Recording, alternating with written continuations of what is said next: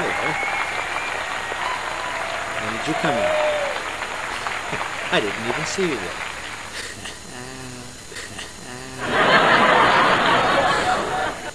Glenn Riebenstorff here. Remember the old expression, no pain, no gain?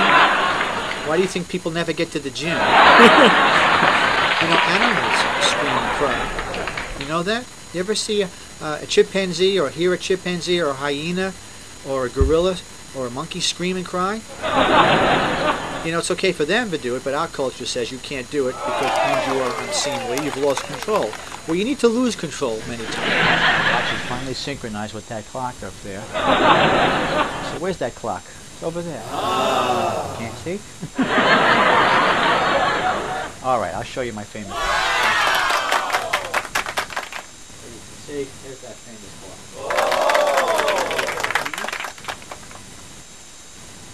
There it is. Now that you saw my clock, say, well, then what is it time for? Listen to this guy. I'm not even going to bother with the thoughts that you should listen to yourself.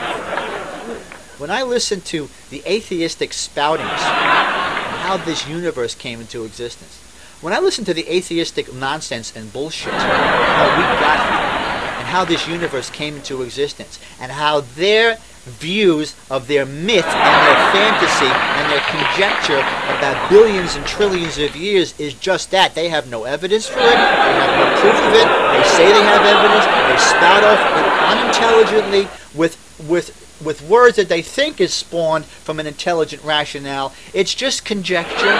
It's just opinion. It's just a viewpoint, not based upon any facts. Any valid scientist knows this.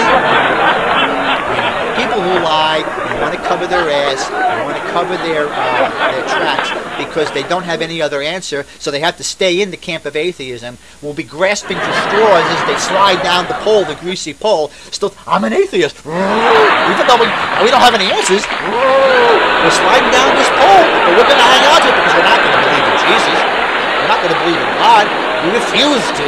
We're going to hang on to our atheism as you slide down the pole to hell.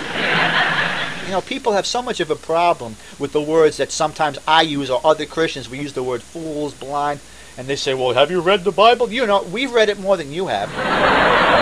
People are so worried about being called fools. Have you heard what Richard Dawkins says about the Christian church? That no atheist ever rebukes Richard Dawkins for using naughty words against the Christian church or anybody else who speaks in the name of God. It's because they're hypocrites and they're liars.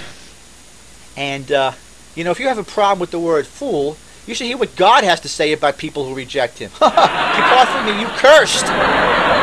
Cursed into the everlasting fire. You think fool is bad. How about the word cursed eternally? In hell.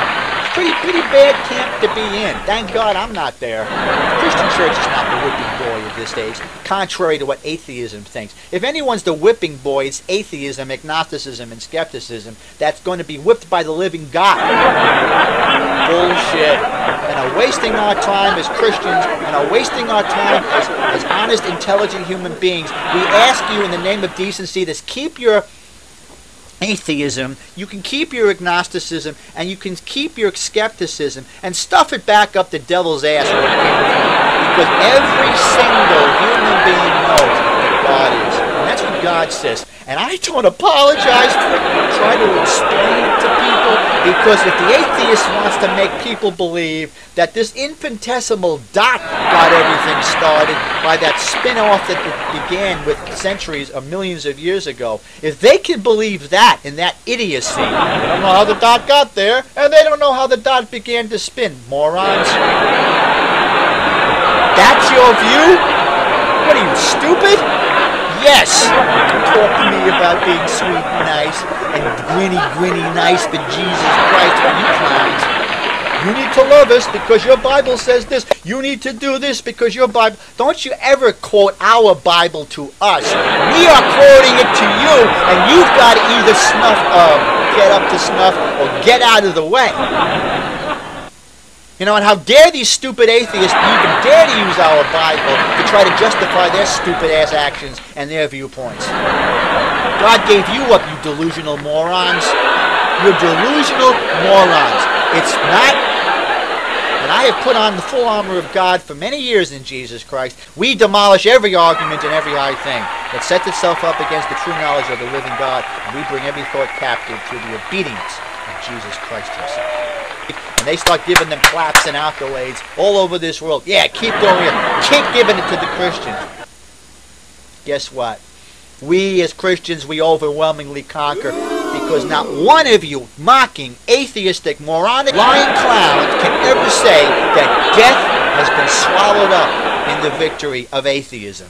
I don't have any fear of death, hell, and the grave because of atheism. There isn't one philosophy of mankind that could ever take away the fear of death.